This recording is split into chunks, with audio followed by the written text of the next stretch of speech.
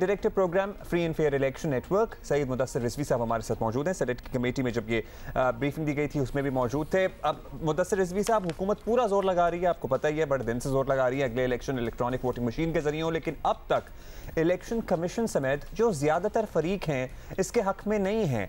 आपकी क्या राय है?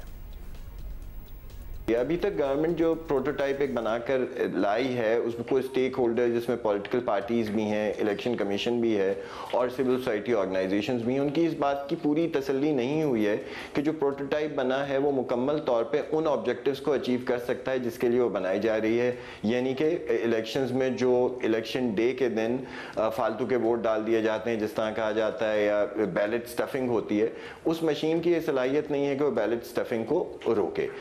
इलेक्शन के कई मराहिल हैं, वो जो मशीन बनाई जा रही है वो खाली एक मरहला यानी वोटिंग को सर्व करती है। उसमें अभी ये भी नहीं पता कि काउंटिंग कैसे होगी, क्या पोलिंग स्टेशन के लेवल पे होगी, कि बूथ के लेवल पे होगी, वोटर की आइडेंटिफिकेशन कैसे होगी, क्या बायोमेट्रिक पे होगी, क्या उसी तरीके से होगी जो इलेक्शन लॉ में भी दर्ज है।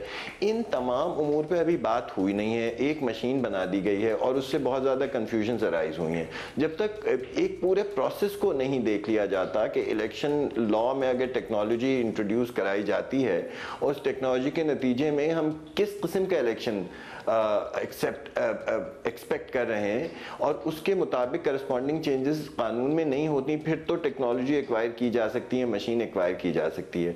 इलेक्शन कमीशन के कंसर्न्स जो हैं वो मीडिया गालिबन उसको इस तरह रिपोर्ट कर रही है कि रिजेक्ट हो गया, लेकिन इलेक्शन कमीशन ने इसी किस्म के कंसर्न्स रेज किए हैं जो कि 37 के करीब अखबारी रिपोर्टों के मुताबिक हैं। जो मेजर कंसर्न्स हैं वो यही मामलात हैं कि अगर वोटिंग मशीन आ गई तो बैलेट स्टफिंग कैसे रुकेगी, वोटिंग मशीन आ गई तो इनवैलिड बैलेट का मामला किस तरह तय पाएगा। जब तक ये तमाम मामला तय नहीं हो जाते उस वक्त मशीन का ख़रीदना, मशीन का लाना और मशीन का इंट्रोड्यूस करना ना सिर्फ इमेच्योर है बल्कि वो शायद उन नताइज को भी ना अचीव कर सकें जिसकी वजह से गवर्नमेंट बहुत एग्रेसिवली इसमें। अच्छा रिजवी साहब, you do have a point. अब ये बताइएगा, इन योर ओपिनियन, टेक्नोलॉजी का इस्तेमाल ऑब्वियसली हर शोबे में जितना बढ़ रहा है ये तो जाहिर है कि आज नहीं तो कल पाकिस्तान को भी इलेक्ट्रॉनिक वोटिंग पर जाना ही होगा। It's all about the timing. आप समझते हैं कि 2028 के इलेक्शन को टारगेट करके इस पर काम हो सकता है और वो शायद बेहतर ही हो?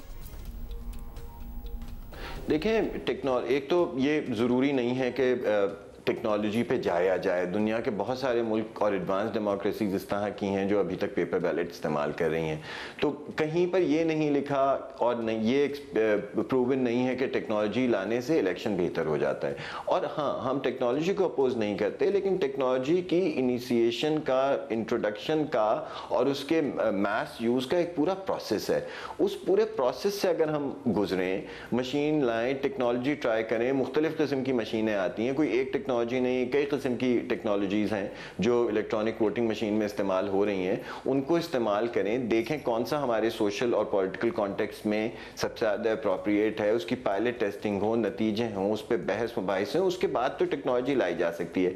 लेकिन अचानक हम इतना महंगी टेक्नोलॉजी के साथ एक्सपेरिमेंट नहीं कर सकते जिसको हमने ट्राई भी नहीं किया, टेस्ट भी नहीं किया। हम तकरीबन 150 अरब रुपए खर्च करके मशीनें ले लें और इलेक्शन में हम इंट्रोड्यूस करा दें और उस इलेक्शन में उन मशीनों पे पॉलिटिकल कंसेंसस भी ना हो, ये शायद बहुत ज़्यादा प्रूडेंट और अक्लमंदाना, दानिशमंदाना फैसला नहीं होगा।